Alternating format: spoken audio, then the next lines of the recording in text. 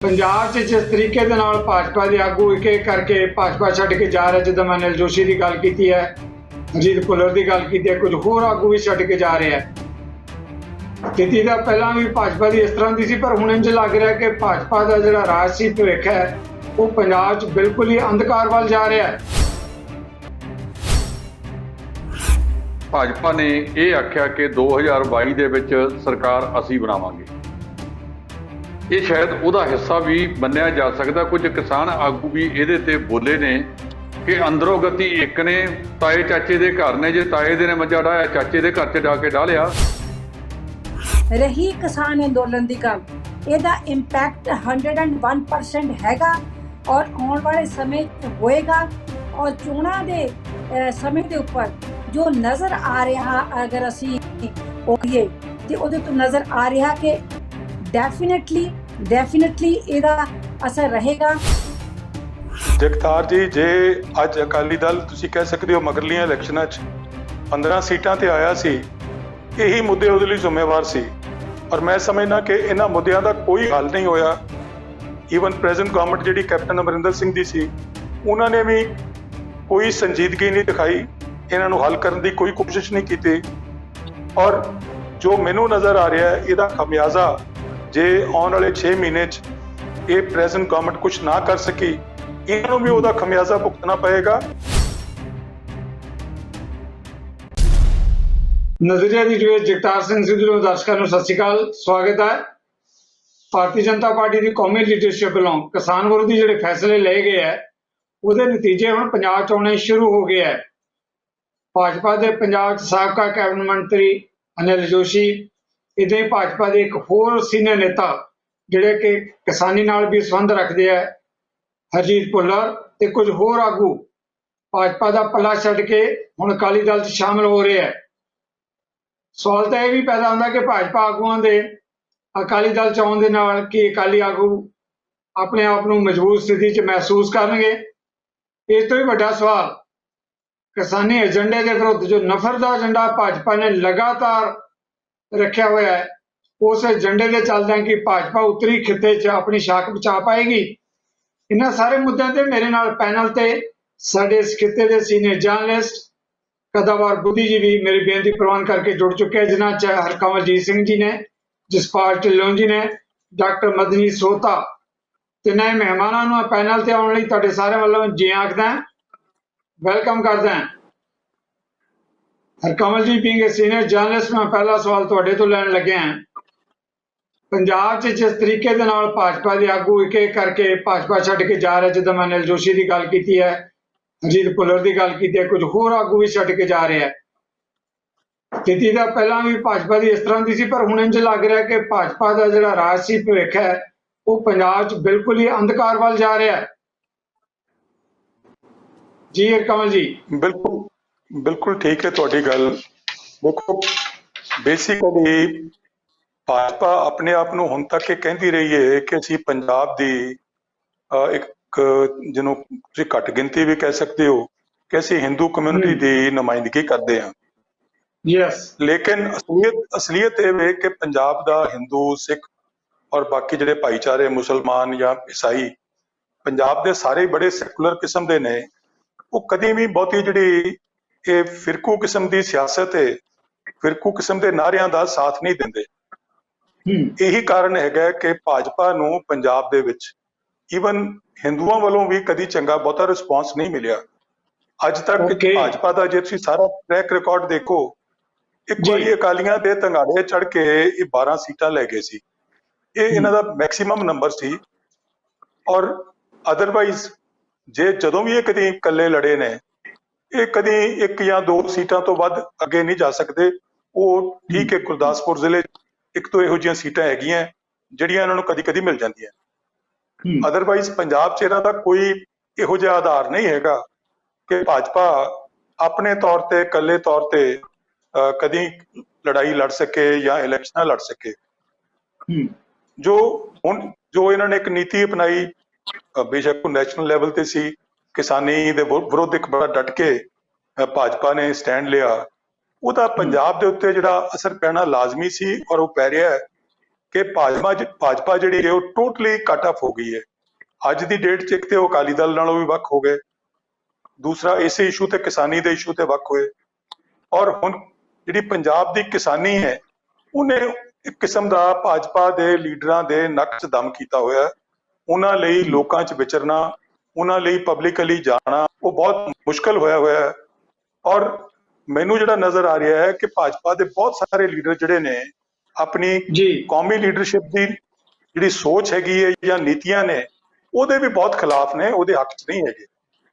ਸੋ ਉਹਦੇ ਤੋਂ ਇੱਕ ਸਪਸ਼ਟ ਹੈਗਾ, ਤੁਸੀਂ ਦੇਖੋ ਪਹਿਲਾਂ ਮਾਸਟਰ ਮੋਹਨ ਲਾਲ ਖਿਲਾਫ ਬੋਲਦੇ ਰਹੇ, ਕਈ ਹੋਰ ਈਵਨ ਇੱਕ ਸਟੇਜ ਤੇ ਜਿਆਨੀ ਵੀ ਖਿਲਾਫ ਬੋਲਿਆ ਸੀ, ਉਹ ਵੀ ਥੋੜੀ ਜਿਹੀ ਵੱਖਰੀ ਟੋਨ 'ਚ ਬੋਲ ਰਿਹਾ ਸੀ। ਹੁਣ ਜੇ ਅਨਿਲ ਜੋਸ਼ੀ ਬੋਲਿਆ ਹੈਗਾ, ਉਹਨੂੰ ਪਾਰਟੀ 'ਚੋਂ ਇਹਨਾਂ ਨੇ ਬਾਹਰ ਕੱਢ ਦਿੱਤਾ 6 ਸਾਲ ਲਈ। ਔਰ ਜੋ ਹੁਣ ਜਿਵੇਂ ਹਾਲਾਤ ਬਣ ਰਹੇ ਨੇ, ਹੁਣ ਪਤਾ ਲੱਗਾ ਕਿ ਇੱਕ ਸਾਬਕਾ ਐਮਐਲਏ ਉਹ ਸੁਖਜੀਤ ਕੌਰ ਸਾਹੀ ਹੈਗੇ ਨੇ ਦਸੂਹੇ ਤੋਂ, ਉਹ ਵੀ ਅਨਿਲ ਜੋਸ਼ੀ ਦੇ ਨਾਲ ਅਕਾਲੀਆਂ 'ਚ ਜਾ ਰਹੇ ਨੇ।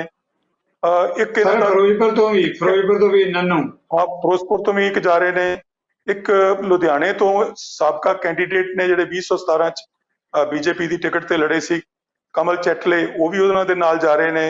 ਇੱਕ ਡਿਪਟੀ ਮੇਅਰ ਹੈਗੇ ਨੇ ਕੋਈ ਆਰ ਡੀ ਸ਼ਰਮਾ, ਉਹ ਵੀ ਉਹਨਾਂ ਦੇ ਨਾਲ ਜਾ ਰਹੇ ਨੇ। ਇੱਕ ਯੁਵਾ ਮੋਰਚਾ ਦੇ ਕੋਈ ਮੋਹਿਤ ਗੁਪਤਾ ਨੇ ਪ੍ਰਧਾਨ ਪੰਜਾਬ ਦੇ, ਉਹ ਵੀ ਨਾਲ ਜਾ ਰਹੇ ਨੇ। ਮੈਨੂੰ ਇਹ ਲੱਗ ਰਿਹਾ ਕਿ ਬੇਸਿਕਲੀ ਪੰਜਾਬ ਚ ਭਾਜਪਾ ਦੇ ਲੀਡਰਾਂ ਨੇ ਇਹ ਮਹਿਸੂਸ ਕਰਨਾ ਸ਼ੁਰੂ ਕਰ ਦਿੱਤਾ ਹੈ ਕਿ ਉਹਨਾਂ ਦੀ ਕੌਮੀ ਲੀਡਰਸ਼ਿਪ ਉਹਨਾਂ ਨੂੰ ਇੱਕ ਉਸ ਰਸਤੇ ਤੇ ਲੈ ਕੇ ਜਾ ਰਹੀ ਹੈ ਜਿੱਥੇ ਉਹਨਾਂ ਲਈ ਪੰਜਾਬ ਦੇ ਵਿੱਚ ਵਿਚਰਨਾ ਜਾਂ ਕੰਮ ਕਰਨਾ ਬਿਲਕੁਲ ਨਾਮੁਮਕਿਨ ਹੋ ਜਾਏਗਾ। ਔਰ ਉਹਨਾਂ ਨੇ ਸੋਚਿਆ ਕਿ ਬੈਟਰ ਹੈ ਕਿ ਅਸੀਂ ਇਹਨਾਂ ਦਾ ਸਾਥ ਛੱਡ ਕੇ ਕੋਈ ਹੋਰ ਕਿਸੇ ਪਾਰਟੀ ਦਾ ਸਾਥ ਜਾਂ ਪੱਲਾ ਫੜੀਏ, ਔਰ ਉਹ ਇਹਨਾਂ ਦੀ ਲੀਡਰਸ਼ਿਪ ਉਸ ਪਾਸੇ ਤੁਰ ਪਈ ਹੈ।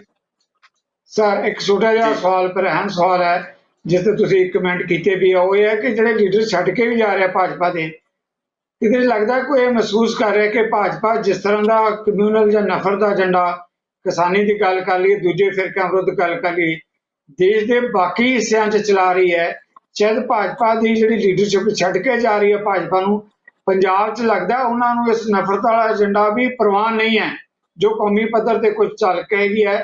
ਪੰਜਾਬ 'ਚ ਇਹ ਨੇਤਾ ਕੁਝ ਵੱਖਰੇ ਤਰੀਕੇ ਨਾਲ ਸੋਚਦੇ ਆ ਜਿਹੜੇ ਛੱਡ ਕੇ ਜਾ ਰਹੇ ਹੈ। ਬਿਲਕੁਲ ਠੀਕ ਹੈ ਤੁਹਾਡੀ ਗੱਲ। ਦੇਖੋ, ਭਾਜਪਾ ਨੂੰ ਇਹ ਨਫ਼ਰਤ ਦਾ ਏਜੰਡਾ ਸ਼ਾਇਦ ਕੌਮੀ ਪੱਧਰ ਤੇ ਸੂਟ ਕਰ ਰਿਹਾ ਹੋਵੇਗਾ।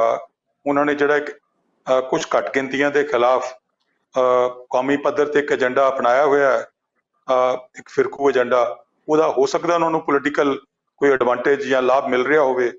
ਲੇਕਿਨ ਪੰਜਾਬ ਦੇ ਵਿੱਚ, ਪੰਜਾਬ ਇੱਕ ਡਿਫਰੈਂਟ ਸਟੇਟ ਹੈਗੀ ਹੈ। ਪੰਜਾਬ ਨੂੰ ਤੁਸੀਂ ਕਹਿ ਸਕਦੇ ਹੋ ਸਾਰੇ ਮੁਲਕ ਨਾਲੋਂ ਇੱਕ ਵੱਖਰੀ ਕਿਸਮ ਦੀ ਸਟੇਟ ਹੈਗੀ ਹੈ। ਇੱਥੇ ਲੋਕਾਂ ਦੀ ਸੋਚ ਡਿਫਰੈਂਟ ਹੈਗੀ ਹੈ। ਵੈਸੇ ਵੀ ਜਿਹੜੀ ਬਹੁ ਗਿਣਤੀ ਦੇਸ਼ ਦੀ ਹੈਗੀ ਹੈ ਉਹ ਪੰਜਾਬ 'ਚ ਘੱਟ ਗਿਣਤੀ ਹੈਗੀ ਹੈ। ਸੋ ਮੇਰੇ ਖਿਆਲ 'ਚ ਜਿਹੜਾ ਪੰਜਾਬੀ ਹਿੰਦੂ ਹੈਗਾ ਉਹਦੀ ਸੋਚ ਵੀ ਡਿਫਰੈਂਟ ਹੈ। ਪੰਜਾਬ ਦਾ ਮੈਂ ਦੇਖਿਆ ਜਿਹੜਾ ਪੰਜਾਬ ਦਾ ਹਿੰਦੂ ਹੈਗਾ ਉਹ ਸੈਕੂਲਰ ਹੈਗਾ, ਉਹ ਇਹੋ ਜਿਹੀ ਫਿਰਕੂ ਸੋਚ ਦੇ ਵਿੱਚ ਬਹੁਤਾ ਫਸਣ ਵਾਲਾ ਨਹੀਂ। ਜੀ ਬਿਲਕੁਲ। ਬਹੁਤ ਥੋੜੇ ਲੋਕ ਨੇ ਤੁਸੀਂ ਕਹਿ ਸਕਦੇ ਹੋ ਜਿਹੜੇ ਭਾਜਪਾ ਦਾ ਸਾਥ ਦੇ ਰਹੇ ਨੇ, ਉਹ ਜਿਹੜੇ ਸੋਚ ਦੇ ਮਾਲਕ ਹੋ ਸਕਦੇ ਨੇ। ਅਦਰਵਾਈਜ਼ ਜਿਹੜਾ ਪੰਜਾਬੀ ਹੈਗਾ ਉਹ ਫਿਰਕੂ ਨਹੀਂ ਹੈਗਾ ਬਿਲਕੁਲ। ਜੀ ਕਮਲ ਜੀ, ਬਿਲਕੁਲ ਬਾਬਾ ਨਾਨਕ ਤੇ ਬਾਬਾ ਫਰੀਦ ਦੀ ਧਰਤੀ ਹੈ, ਇੱਥੇ ਫਿਰਕੂ ਸੋਚ ਹੋ ਹੀ ਨਹੀਂ ਸਕਦੀ। ਤੁਸੀਂ ਠੀਕ ਕਹਿ ਰਹੇ ਹੋ ਜਸਪਾਲ ਜੀ। ਜਿਸ ਮੁੱਦੇ ਤੇ ਆਪਾਂ ਗੱਲ ਕਰ ਰਹੇ ਹਾਂ, ਇਸ ਮੁੱਦੇ ਦਾ ਇੱਕ ਵੱਖਰਾ ਪਹਿਲੂ ਵੀ ਹੈ। ਵੱਖਰਾ ਪਹਿਲੂ ਇਹ ਵੀ ਹੈ ਕਿ ਜਿਸ ਤਰੀਕੇ ਨਾਲ ਭਾਜਪਾ ਦੇ ਆਗੂ ਅਕਾਲੀ ਦਲ 'ਚ ਸ਼ਾਮਲ ਹੋ ਰਿਹਾ ਹੈ, ਭਾਜਪਾ ਨੂੰ ਕਿਤੇ ਇਹ ਵੀ ਲੱਗ ਰਿਹਾ ਕਿ ਸਾਡਾ ਹੁਣ ਕੋਈ ਧਰਾਤਲ ਨਹੀਂ ਪੰਜਾਬ 'ਚ। ਕਿਤੇ ਇਹ ਪੋਸੀਬਿਲਿਟੀ ਵੀ ਹੋ ਸਕਦੀ ਹੈ ਕਿ ਅਕਾਲੀ ਦਲ ਤੇ ਭਾਜਪਾ ਮਿਲ ਕੇ ਦੋਸਤਾਨਾ ਮੈਚ ਵੀ ਖੇਡ ਸਕਦੇ ਹੈ ਕਿ ਚੋਣਾਂ ਵੱਖਰੇ ਤੌਰ ਤੇ ਲੜੀਆਂ ਜਾਣ, ਪਰ ਕਿਸੇ ਤਰੀਕੇ ਨਾਲ ਜਿਹੜੀ ਸ਼ਕਤੀ ਹੈ ਜਿਹੜੀ ਦੋਨਾਂ ਧਿਰਾਂ ਦੀ ਅਗਰ ਬਣ ਕੇ ਉੱਭਰ ਸਕਦੀ ਹੋਵੇ ਚੋਣਾਂ 'ਚ, ਤਾਂ ਪੰਜਾਬ 'ਚ ਇੱਕ ਵੱਖਰਾ ਰੰਗ ਲਿਆ ਸਕਦੀ ਹੈ ਚੋਣਾਂ ਤੋਂ ਬਾਅਦ। ਦੇਖੋ, ਜਿਹੜਾ ਭਾਜਪਾ ਨੇ ਇਹ ਆਖਿਆ ਕਿ 2022 ਦੇ ਵਿੱਚ ਸਰਕਾਰ ਅਸੀਂ ਬਣਾਵਾਂਗੇ, ਇਹ ਸ਼ਾਇਦ ਉਹਦਾ ਹਿੱਸਾ ਵੀ ਮੰਨਿਆ ਜਾ ਸਕਦਾ। ਕੁਝ ਕਿਸਾਨ ਆਗੂ ਵੀ ਇਹਦੇ ਤੇ ਬੋਲੇ ਨੇ ਕਿ ਅੰਦਰੋਂ ਗਤੀ ਇੱਕ ਨੇ, ਤਾਏ ਚਾਚੇ ਦੇ ਘਰ ਨੇ, ਜੇ ਤਾਏ ਦੇ ਨੇ ਮੰਜਾ ਡਾਹਿਆ ਚਾਚੇ ਦੇ ਘਰ 'ਚ ਜਾ ਕੇ ਡਾਹ ਲਿਆ। ਇਹ ਗੱਲ ਜਿਵੇਂ ਤੁਸੀਂ ਕਹਿ ਰਹੇ ਹੋ ਆਵਾਜ਼ ਉੱਠਦੀ ਹੈ, ਇਹਦੇ 'ਚ ਸੱਚਾਈ ਕਿੰਨੀ ਕੁ ਹੈ ਇਹ ਤਾਂ ਅਗਲੇ ਪੜਾਅ 'ਚ ਜਾ ਕੇ ਪਤਾ ਲੱਗੇਗਾ। ਤੁਹਾਨੂੰ ਯਾਦ ਹੋਣਾ ਹੈ ਕਿ ਇੱਕ ਵਾਰੀ ਭਾਰਤੀ ਜਨਤਾ ਪਾਰਟੀ ਨੇ ਜਦੋਂ ਇਹਨਾਂ ਨਾਲ ਸਮਝੌਤਾ ਨਹੀਂ ਸੀਗਾ ਅਕਾਲੀ ਦਲ ਦੇ ਨਾਲ, ਸ਼ਾਇਦ 89 ਦੀ ਗੱਲ ਹੈ, ਪਟਿਆਲੇ ਤੋਂ ਇਹ ਚੋਣ ਲੜੇ ਸੀ। ਇੱਕ ਪ੍ਰੋਫੈਸਰ ਸਾਹਿਬ ਨੂੰ ਇਹਨਾਂ ਨੇ ਲੋਕ ਸਭਾ ਦੀ ਚੋਣ ਲੜਾਈ ਸੀ ਤੇ ਪੂਰੀ ਕੰਸਟੀਚੁਐਂਸੀ 'ਚ 5000 ਵੋਟ ਪਈ ਸੀ ਇਹਨਾਂ ਨੂੰ। ਇਹਦੇ ਤੋਂ ਇੱਕ ਗੱਲ ਕਲੀਅਰ ਹੈ ਕਿ ਧਰਾਤਲ ਦੇ ਉੱਤੇ ਇਹਨਾਂ ਦਾ ਕੋਈ ਬਹੁਤਾ ਨਹੀਂ। ਇਹਨਾਂ ਨੇ ਜਿਹੜਾ ਹੁਣ ਤੱਕ ਭਾਰਤੀ ਜਨਤਾ ਪਾਰਟੀ ਨੇ ਚੰਗੇ ਮਹਿਕਮੇ ਅਕਾਲੀ ਦਲ ਤੋਂ ਲਏ, ਅਕਾਲੀ ਦਲ ਦੇ ਨਾਲ ਰਹਿ ਕੇ ਚੋਣਾਂ ਜਿੱਤੀਆਂ। ਇਹ ਵੀ ਕਈ ਥਾਵਾਂ ਦੇ ਉੱਤੇ ਗੱਲਬਾਤ ਹੈ ਕਿ ਅਕਾਲੀ ਭਾਰਤੀ ਜਨਤਾ ਪਾਰਟੀ ਵਾਲਿਆਂ ਨੂੰ ਵੋਟ ਪਾ ਦਿੰਦੇ ਨੇ। ਭਾਰਤੀ ਜਨਤਾ ਪਾਰਟੀ ਵਾਲੇ ਆਪਦੀ ਫਿਰਕੂ ਸੋਚ ਕਰਕੇ ਬਹੁਤ ਸਾਰੇ ਨਹੀਂ, ਉਹ ਇਹਨਾਂ ਨੂੰ ਅਕਾਲੀਆਂ ਨੂੰ ਵੋਟ ਵੀ ਨਹੀਂ ਪਾਉਂਦੇ ਹੈਗੇ। ਹੁਣ ਜਿਸ ਤਰ੍ਹਾਂ ਦੀ ਸਥਿਤੀ ਤਾਜੀ ਬਣੀ ਆ, ਹਰਕਮਲ ਭਾਜੀ ਨੇ ਕਾਫੀ ਵਿਸਥਾਰ ਦੇ ਵਿੱਚ ਦੱਸਿਆ ਹੈਗਾ ਕਿ ਇਹਨਾਂ ਦਾ ਥਾਂ ਦੇ ਉੱਤੇ ਵਿਰੋਧ ਹੋ ਰਿਹਾ ਹੈ। ਵਿਰੋਧ ਅੱਜ ਸੁਖਬੀਰ ਸਿੰਘ ਬਾਦਲ ਦਾ ਵੀ ਹੋਇਆ, ਗੁਰੂ ਹਰਸਹਾਏ ਦੇ ਵਿੱਚ ਕੱਲ ਵੀ ਹੋਇਆ ਸੀ। ਅੱਜ ਉਹਨਾਂ ਨੇ ਜਦੋਂ ਕਿਸਾਨਾਂ ਦੇ ਨਾਲ ਗੱਲ ਕੀਤੀ ਤਾਂ ਉੱਥੇ ਜਾ ਕੇ ਉਹ ਇੱਕ ਗੱਲ ਕਹਿ ਬੈਠੇ ਕਿ ਜਿਹੜਾ ਭ੍ਰਿਸ਼ਟਾਚਾਰ ਹੈ ਇਹ ਤਾਂ ਕੋਈ ਵੀ ਨਹੀਂ ਦੂਰ ਕਰ ਸਕਦਾ, ਤੁਸੀਂ ਬਣ ਜਾਓ, ਤੁਸੀਂ ਵੀ ਨਹੀਂ ਦੂਰ ਕਰ ਸਕਦੇ। ਕੁਝ ਹੋਰ ਏਜੰਡਿਆਂ ਦੇ ਉੱਤੇ ਗੱਲ ਕੀਤੀ ਤਾਂ ਜਦੋਂ ਉਹਨਾਂ ਤੋਂ ਪੁੱਛਿਆ ਗਿਆ ਕਿ ਕੋਈ ਮੰਗਦੀ ਸੀਗੀ 2006 ਦਾ ਜਿਹੜਾ ਇਹਨਾਂ ਦਾ ਮੈਨੀਫੈਸਟੋ ਸੀ ਉਹਦੇ ਵਿੱਚ ਲਾਈ ਵੀ ਹੈ। ਦੇਖੋ ਕਿਸਾਨ ਆਗੂ ਕਿੱਡੇ ਤਿੱਖੇ ਨੇ, ਤਾਂ ਸੁਖਬੀਰ ਸਿੰਘ ਬਾਦਲ ਨੇ ਕਿਹਾ ਵੀ ਸਬੂਤ ਦਿਖਾਓ ਕਿੱਥੇ ਹੈ। ਉਹ ਕਿਸਾਨਾਂ ਨੇ ਉਹਨਾਂ ਨੂੰ ਸਬੂਤ ਵੀ ਸਾਹਮਣੇ ਰੱਖਦੇ ਵੀ ਆਹ ਖਬਰ ਛਪੀ ਵੀ ਆ ਤੁਹਾਡੀ, ਆਹ ਤੁਹਾਡਾ ਚੋਣ ਮਨੋਰਥ ਪੱਤਰ ਆ। ਮੇਰੇ ਕਹਿਣ ਦਾ ਮਤਲਬ ਕਿ ਵਿਰੋਧੀ ਧਿਰਾਂ ਦਾ ਜਿਹੜਾ ਇਸ ਵੇਲੇ ਵਿਰੋਧਤਾ ਹੋ ਰਹੀ ਹੈ, ਸਾਰੀਆਂ ਸਿਆਸੀ ਪਾਰਟੀਆਂ ਦੀ ਜਿਹੜਾ 2022 ਦਾ ਜਿਹੜੀ ਚੋਣ ਆ ਰਹੀ ਹੈ, ਇਹ ਚੋਣ ਬਿਲਕੁਲ ਵੱਖਰੀ ਹੋਵੇਗੀ। ਤੁਸੀਂ ਇੱਕ ਚੀਜ਼ ਯੂਪੀ ਵਾਲੀ ਤੋਂ ਦੇਖੋ, ਇਕੱਲੇ ਪੰਜਾਬ ਦੀ ਗੱਲ ਨਾ ਕਰੋ। ਯੂਪੀ ਦੇ ਵਿੱਚ ਤਕਰੀਬਨ 3200 ਦੇ ਕਰੀਬ ਜ਼ਿਲ੍ਹਾ ਪਰਿਸ਼ਦ ਦੀਆਂ ਸੀਟਾਂ ਨੇ। ਸੋ ਉਹ ਬੰਦੇ ਜਿੱਤ ਗਏ ਜਿਨ੍ਹਾਂ ਦਾ ਆਜ਼ਾਦ ਸੀ ਤੇ ਚੋਣ ਨਿਸ਼ਾਨ ਟਰੈਕਟਰ ਸੀ, ਔਰ ਇਹਨਾਂ ਨੂੰ 683 ਆਈਆਂ ਨੇ ਭਾਰਤੀ ਜਨਤਾ ਪਾਰਟੀ ਵਾਲਿਆਂ ਨੂੰ। ਜਦੋਂ ਤੋਂ ਇਹ ਸਥਿਤੀ ਵਾਪਰੀ ਹੈ, ਸਾਡਾ ਪੰਜਾਬ ਦਾ ਓਡਾ ਵੱਡਾ ਫਿਕਰ ਨਹੀਂ ਹੈਗਾ ਜਿੰਨਾ ਇਹਨਾਂ ਨੂੰ ਯੂਪੀ ਦਾ ਹੈਗਾ। ਜੇ ਟਰੈਕਟਰ ਚੋਣ ਨਿਸ਼ਾਨ ਦੇ ਉੱਤੇ ਮਤਲਬ 1183 ਬੰਦੇ ਜਿੱਤ ਸਕਦੇ ਨੇ, ਇੰਡੀਕੇਸ਼ਨ ਕੀ ਹੈ, ਦੱਸਿਆ ਕੀ ਜਾ ਰਿਹਾ ਹੈ। ਹਾਲੇ 5 ਤਰੀਕ ਨੂੰ 5 ਸਤੰਬਰ ਨੂੰ ਕਿਸਾਨਾਂ ਨੇ ਰੈਲੀ ਰੱਖ ਲਈ ਹੈ ਲਖਨਊ ਦੇ ਵਿੱਚ। ਤੁਹਾਨੂੰ ਉਹਦੇ ਤੋਂ ਵੀ ਪਤਾ ਲੱਗੇਗਾ, ਸਾਫ਼ ਹੋਵੇਗਾ ਕਿ ਆਪ ਮਹਾਰੇ ਕਿਵੇਂ ਲੋਕ ਜਾਂਦੇ ਨੇ। ਇਹ ਫੈਸਲਾ ਤਾਂ ਕਰ ਬੈਠੇ ਕਿਸਾਨ ਵਿਰੋਧੀ, ਫੈਸਲਾ ਤਾਂ ਕਰ ਬੈਠੇ, ਹੁਣ ਇਹ ਪਿੱਛੇ ਹਟਣ ਨੂੰ ਤਿਆਰ ਨਹੀਂ ਹੈਗੇ। ਜੇ ਯੂਪੀ ਦਾ ਜਿਹੜੇ ਨਤੀਜੇ ਨੇ ਕਿਸੇ ਹੋਰ ਕਿਸਮ ਦੇ ਨਿਕਲ ਗਏ, ਤੁਹਾਨੂੰ ਜਗਤਾਰ ਜੀ ਪਤਾ, ਆਪਾਂ ਬਠਿੰਡੇ ਜ਼ਿਲ੍ਹੇ ਵਾਲੇ ਆ। ਇੱਕ ਵਾਰੀ ਕਿਹਾ ਜਾਂਦਾ ਹੁੰਦਾ ਸੀ ਨਾ ਵੀ BA ਵਾਇਆ ਬਠਿੰਡਾ ਫੁਲਵਾੜੀ ਕਾਲਜ ਤੋਂ ਗਿਆਨੀ ਕਰਕੇ। ਉਸੇ ਤਰ੍ਹਾਂ ਜਿਹੜਾ 24 ਦਾ ਮਿਸ਼ਨ ਹੈ ਉਹ ਯੂਪੀ ਦੇ ਵਿੱਚ ਜੇ ਇਹਨਾਂ ਦੇ ਪੈਰ ਉਖੜ ਗਏ, ਜਿਵੇਂ ਪੱਛਮੀ ਬੰਗਾਲ ਚ ਉਖੜੇ ਨੇ, ਬੜਾ ਧਮੱਚੜ ਪਾਇਆ ਸੀ ਇਹਨਾਂ ਨੇ, ਤਾਂ 2024 ਦੇ ਵਿੱਚ ਫਿਰ ਇਹਨਾਂ ਨੂੰ ਗੱਦੀ ਤੋਂ ਲਾਉਣਾ ਕਾਫੀ ਸੌਖਾ ਹੋ ਜਾਵੇਗਾ। ਇਸੇ ਕਰਕੇ ਕਿਸਾਨਾਂ ਦੀ ਅੱਖ ਵੀ ਜਿਹੜੀ ਹੈ ਉਹ 2024 ਦੀਆਂ 22 ਦੀਆਂ ਜਿਹੜੀਆਂ ਯੂਪੀ ਦੀਆਂ ਚੋਣਾਂ ਨੇ ਉਹਦੇ ਤੇ ਟਿਕਾ ਕੇ ਰੱਖੀ ਆ। ਮੈਂ ਕੁਝ ਆਗੂਆਂ ਨੂੰ ਮਿਲ ਕੇ ਆਇਆ ਉੱਥੇ ਜਾ ਕੇ, ਉਹ ਬੜੀ ਵੱਡੀ ਵਿਉਂਤਬੰਦੀ ਕੀਤੀ ਹੋਈ ਆ ਉਹਨਾਂ ਨੇ ਜੀ। ਓਕੇ, ਮਿਹਰਬਾਨੀ ਡਾਕਟਰ ਸਨੋਤਾ। ਜਿਸ ਮੁੱਦੇ ਤੇ ਆਪਾਂ ਗੱਲ ਕਰ ਰਹੇ ਹਾਂ, ਸਾਡੇ ਬਾਕੀ ਦੇ ਬੁਲਾਰੇ ਉਹਨਾਂ ਨੇ ਵੀ ਕਿਹਾ ਹੈ ਕਿ ਦੇਸ਼ ਦੇ ਬਾਕੀ ਹਿੱਸਿਆਂ 'ਚ ਅਕਸਰ ਕਈ ਵਾਰੀ ਜਿਹੜੀ ਵੋਟਾਂ ਦੇ ਡਿਵੀਜ਼ਨ ਲਈ ਹਿੰਦੂ ਏਜੰਡਾ, ਇੱਦਾਂ ਦਾ ਹਿੰਦੂ ਪਤਾ ਵੀ ਖੇਡਿਆ ਜਾਂਦਾ ਹੈ। ਭਾਜਪਾ ਦੇ ਉੱਤੇ ਅਕਸਰ ਇੱਦਾਂ ਦੇ ਵਿਰੋਧੀ ਧਿਰਾਂ ਵੱਲੋਂ ਦੋਸ਼ ਲਾਏ ਜਾਂਦੇ ਆ। ਜੇ ਆਪਾਂ ਪੰਜਾਬ ਦੀ ਗੱਲ ਕਰਦੇ ਹਾਂ, ਪੰਜਾਬ 'ਚ ਕਈ ਵੱਡੇ ਸ਼ਹਿਰ ਤਾਂ ਹੈਗੇ ਹੀ ਹੈ, ਜਿਵੇਂ ਚ ਅੰਮ੍ਰਿਤਸਰ ਦੀ ਗੱਲ ਕਰ ਲਓ, ਗੁਰਦਾਸਪੁਰ ਦੀ ਗੱਲ ਕਰ ਲਓ, ਜਲੰਧਰ ਹੈ, ਲੁਧਿਆਣਾ ਹੈ, ਜਾਂ ਕੁਝ ਹੋਰ ਸ਼ਹਿਰ ਜਿਹੜੇ। ਪਰ ਇਹਦੇ ਬਾਵਜੂਦ ਵੀ ਕਦੇ ਜਿਹੜਾ ਪੰਜਾਬ ਦਾ, ਜਿੱਦਾਂ ਹਰਕਮਲ ਜੀ ਕਹਿ ਰਹੇ, ਉਹਨਾਂ ਨੇ ਹਿੰਦੂ ਭਾਈਚਾਰੇ ਨੇ ਕੋਈ ਕਿਸੇ ਹਿੰਦੂ ਪੱਤੇ ਦੀ ਕਿਤੇ ਹਮਾਇਤ ਨਹੀਂ ਕੀਤੀ। ਕੀ ਲੱਗਦਾ ਕਿ ਇਹਨਾਂ ਸ਼ਹਿਰਾਂ ਦੇ ਅੰਦਰ ਵੀ ਭਾਜਪਾ ਨੂੰ ਉਸ ਤਰ੍ਹਾਂ ਦੀ ਹਮਾਇਤ ਨਹੀਂ ਮਿਲੇਗੀ ਜਿੱਦਾਂ ਦੇਸ਼ ਦੇ ਬਾਕੀ ਹਿੱਸਿਆਂ 'ਚ ਇਸ ਏਜੰਡੇ ਤੇ ਭਾਜਪਾ ਲੈ ਲੈਂਦੀ ਹੈ? ਕਿਉਂਕਿ ਭਾਜਪਾ ਬਾਕੀ ਦੇਸ਼ ਨਾਲੋਂ ਜੇ ਇੱਥੇ ਪਤਾ ਖੇਡੇਗੀ ਤਾਂ ਪੰਜਾਬੀ ਕੁਝ ਵੱਖਰੀ ਸੋਚ ਰੱਖਦੇ ਨਜ਼ਰ ਆਉਂਦੇ ਹੈ। ਜੀ ਡਾਕਟਰ ਸੋਤਾ। ਸਿੱਧੂ ਸਾਹਿਬ ਇਸ ਤਰ੍ਹਾਂ ਜੀ ਕਿ ਪੰਜਾਬ ਇੱਕ ਆਪਣੇ ਆਪ 'ਚ ਵਿਲੱਖਣ ਸੂਬਾ ਹੈਗਾ, ਜਾਂ ਕਹਿ ਲਓ ਨਾਰਦਰਨ ਇੰਡੀਆ ਅਗਰ ਅਸੀਂ ਦੇਖ ਲਈਏ ਤਾਂ ਉਹਨਾਂ ਦੀ ਇੱਕ ਆਪਣੀ ਸੋਚ ਹੈਗੀ ਹੈ ਜਿਸ ਨੂੰ ਕਿ ਅਸੀਂ ਸਲਾਮ ਵੀ ਕਰਦੇ ਹਾਂ, ਜਿਨ੍ਹਾਂ ਨੇ ਕਦੇ ਵੀ ਇਹਨਾਂ ਦੇ ਜਿਹੜੇ ਹੈਗੇ ਨੇ ਇਰਾਦੇ ਉਹਨਾਂ ਨੂੰ ਬੂਰ ਨਹੀਂ ਪੈਣ ਦਿੱਤਾ। ਉਹਦਾ ਕਾਰਨ ਇਹ ਹੈ ਕਿ ਇਹਨਾਂ ਦੀ ਜਿਹੜੀ ਸੋਚ ਹੈ ਉਹ ਇਸ ਤਰ੍ਹਾਂ ਦੀ ਨਹੀਂ ਹੈਗੀ ਜਿਸ ਨੂੰ ਤੁਸੀਂ ਪਾਲਿਊਟ ਕਹਿ ਸਕੋ, ਜਿਸ ਨੂੰ ਕੋਈ ਹਿੰਦੂ ਸਿੱਖ ਪਾੜਾ ਕਰਕੇ ਉਹਨਾਂ ਨੇ ਕਦੇ ਅਜਿਹਾ ਕੰਮ ਕੀਤਾ ਹੋਵੇ। ਈਵਨ ਜਦੋਂ ਬਹੁਤ ਅੱਤਵਾਦ ਦਾ ਸਮਾਂ ਵੀ ਸੀ, ਬੁਰਾ ਸਮਾਂ ਸੀ, ਫਿਰ ਵੀ ਧਰਾਤਲ ਦੇ ਉੱਪਰ ਕਿਧਰੇ ਵੀ ਜਿਹੜੀ ਆਮ ਪਬਲਿਕ ਸੀ ਉਹਦੇ ਵਿੱਚ ਇਹੋ ਜਿਹਾ ਵਿਖਰੇਵਾਂ ਬਿਲਕੁਲ ਨਜ਼ਰ ਨਹੀਂ ਆਇਆ। ਇਹੀ ਕਾਰਨ ਸੀ ਕਿ ਉਹ ਜਿਹੜਾ ਦੌਰ ਸੀਗਾ ਮੰਦਭਾਗਾ, ਉਹ ਜਿਉਂ ਹੀ ਖਤਮ ਹੋਇਆ ਤਾਂ ਲੋਕੀ ਆਮ ਵਾਂਗ ਪਹਿਲਾਂ ਵੀ ਰਹਿ ਰਹੇ ਸੀ ਤੇ ਬਾਅਦ ਵਿੱਚ ਵੀ ਰਹਿੰਦੇ ਰਹੇ। ਤੁਸੀਂ ਰਾਜਨੀਤੀ ਦੀ ਗੱਲ ਕਰਦੇ ਹੋ ਕਿ ਜਿਹੜੇ ਬਾਹਰਲੇ ਸੂਬੇ ਨੇ ਉਹਦੇ ਵਿੱਚ ਇਹਨਾਂ ਦਾ ਕਿਵੇਂ ਦਾ ਇਹ ਦੇਖਦੇ ਨੇ। ਦੇਖੋ ਅੱਜ ਕੱਲ੍ਹ ਦੀ ਜਿਹੜੀ ਸਿਆਸਤ ਹੈ ਉਹ ਤਾਂ ਐਸਾ ਉਹਨਾਂ ਨੇ ਬਣਾ ਦਿੱਤਾ ਹੈਗਾ ਇਹਦਾ ਮੂੰਹ ਮੱਥਾ ਕਿ ਸਿਆਸਤ ਮੀਨਸ ਝੂਠ ਦਾ ਪਲੰਦਾ, ਸਿਆਸਤ ਮੀਨਸ ਲੋਕਾਂ ਨੂੰ ਗੁੰਮਰਾਹ ਕਰਨਾ, ਸਿਆਸਤ ਮੀਨਸ ਜੋ ਕਹਿਣਾ ਉਹ ਨਹੀਂ ਕਰਨਾ। ਸੋ ਅਜਿਹੀ ਵਿੱਚ ਲੋਕ ਵੀ ਜਿਹੜੇ ਨੇ ਉਹ ਬੜਾ ਆਪਣੇ ਮਨ ਨੂੰ ਕਾਬੂ 'ਚ ਰੱਖ ਰਹੇ, ਉਹ ਵੀ ਇਹਨਾਂ ਨੂੰ ਨਹੀਂ ਪੱਲੇ ਪੈਣ ਦਿੰਦੇ, ਜਾਂ ਇਹ ਕਹਿ ਲਓ ਕਿ ਇਹਨਾਂ ਦੀ ਰਾਜਨੀਤੀ ਦੀ ਰਿਫਲੈਕਸ਼ਨ ਪਬਲਿਕ ਤੇ ਸਿੱਧੂ ਸਾਹਿਬ ਇਸ ਤਰ੍ਹਾਂ ਪੈ ਰਹੀ ਹੈ ਕਿ ਉਹ ਵੀ ਕਹਿੰਦੇ ਨੇ ਕਿ ਇਹਨਾਂ ਨੂੰ ਵਕਤ ਆਉਣ ਤੇ ਮਜ਼ਾ ਚਖਾਵਾਂਗੇ। ਰਹੀ ਕਿਸਾਨ ਅੰਦੋਲਨ ਦੀ ਗੱਲ, ਇਹਦਾ ਇੰਪੈਕਟ 101% ਹੈਗਾ ਔਰ ਆਉਣ ਵਾਲੇ ਸਮੇਂ 'ਚ ਹੋਏਗਾ। ਔਰ ਚੋਣਾਂ ਦੇ ਸਮੇਂ ਦੇ ਉੱਪਰ ਜੋ ਨਜ਼ਰ ਆ ਰਿਹਾ, ਅਗਰ ਅਸੀਂ ਉਹ ਕਹੀਏ ਤੇ ਉਹਦੇ ਤੋਂ ਨਜ਼ਰ ਆ ਰਿਹਾ ਕਿ ਡੈਫੀਨੇਟਲੀ ਇਹਦਾ ਅਸਰ ਰਹੇਗਾ।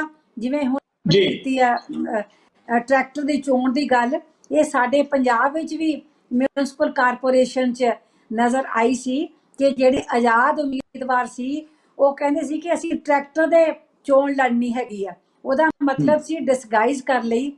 ਟਰੈਕਟਰ ਇੱਕ ਐਸਾ ਸਿੰਬਲ ਬਣ ਗਿਆ ਜਿਹਦੇ ਨਾਲ ਆਮ ਪਬਲਿਕ ਦੀ ਹਮਦਰਦੀ ਹੈ ਔਰ ਉਹਨੂੰ ਸਪੋਰਟ ਕਰਨਾ ਚਾਹੁੰਦੇ ਨੇ। ਇਹ ਸਿੱਧੂ ਸਾਹਿਬ ਰਾਜਨੀਤੀ ਜਿਹੜੀ ਇੱਕ ਵੱਖਰੇ ਤਰ੍ਹਾਂ ਦੀ ਹੋਏਗੀ, ਹਿੰਦੂ ਸਿੱਖ ਆਪ ਹਰਿਆਣਾ ਦਿਸ ਦੈਟ ਤੋਂ ਹਟ ਕੇ ਉਹ ਇਨਸਾਨੀਅਤ ਦੇ ਮੁੱਦੇ ਤੇ ਜਾਂ ਇਹ ਕਹਿ ਲਓ ਭਾਈਚਾਰਕ ਸਾਂਝ ਲੋਕਾਂ ਦੀ ਆਪਣੇ ਆਪ ਮਜ਼ਬੂਤ ਵੱਧ ਹੋਏਗੀ। ਜਿਸ ਤਰ੍ਹਾਂ ਕਿਸਾਨ ਅੰਦੋਲਨ ਵਿੱਚ ਕਿਸੇ ਰਾਜਨੀਤਿਕ ਆਗੂ ਦਾ ਕੋਈ ਲੀਡਰਸ਼ਿਪ ਦਾ ਅਗਵਾਈ ਦਾ ਰੋਲ ਨਹੀਂ ਰਿਹਾ, ਲੋਕਾਂ ਨੇ ਥੈਂਕ ਯੂ ਡਾਕਟਰ ਸਾਹਿਬ। ਸੋ ਮੈਨੂੰ ਲੱਗਦਾ ਕਿ ਆਉਣ ਵਾਲਾ ਸਮਾਂ ਇੱਕ ਆਪਣੇ ਤੌਰ ਦਾ ਔਰ ਇੱਕ ਅੱਛਾ ਹੋਏਗਾ ਜੋ ਨਜ਼ਰ ਆ ਰਿਹਾ। ਯੈਸ, ਬਿਲਕੁਲ ਇੱਕ ਵਿਲੱਖਣ ਸਮਾਂ ਸ਼ੈਡੋਜ਼ ਆ ਰਹੀਆਂ। Thank you. ਹਰਕਮਲ ਜੀ, ਜਿਸ ਮੁੱਦੇ ਤੇ ਮੈਂ ਸਵਾਲ ਲੈ ਰਿਹਾ, ਡਾਕਟਰ ਸੋਹਤਾ ਕਹਿ ਰਿਹਾ, ਉਹ ਸਵਾਲ ਨੂੰ ਮੈਂ ਅੱਗੇ ਵਧਾ ਰਿਹਾ ਹਾਂ। ਪੰਜਾਬ ਦੇ ਵਿੱਚ ਜਿਹੜੀਆਂ ਸਰਕਾਰਾਂ ਰਹੀਆਂ, ਅਕਾਲੀ ਦਲ, ਭਾਰਤੀ ਜਨਤਾ ਪਾਰਟੀ ਹਮੇਸ਼ਾ ਕਹਿੰਦੀਆਂ ਰਹੀਆਂ ਕਿ ਸਦਭਾਵਨਾ ਤੇ ਸ਼ਾਂਤੀ ਦੇ ਠੇਕੇਦਾਰ ਅਸੀਂ ਹਾਂ। ਹੁਣ ਕੈਪਟਨ ਅਮਰਿੰਦਰ ਦੀ ਸਰਕਾਰ ਹੈ, ਉਹ ਕਹਿ ਰਹੇ ਕਿ ਸ਼ਾਂਤੀ ਤੇ ਸਦਭਾਵਨਾ ਜਿਹੜੀ ਸਾਡੇ ਕਰਕੇ ਪੰਜਾਬ 'ਚ ਕਾਇਮ ਹੈ।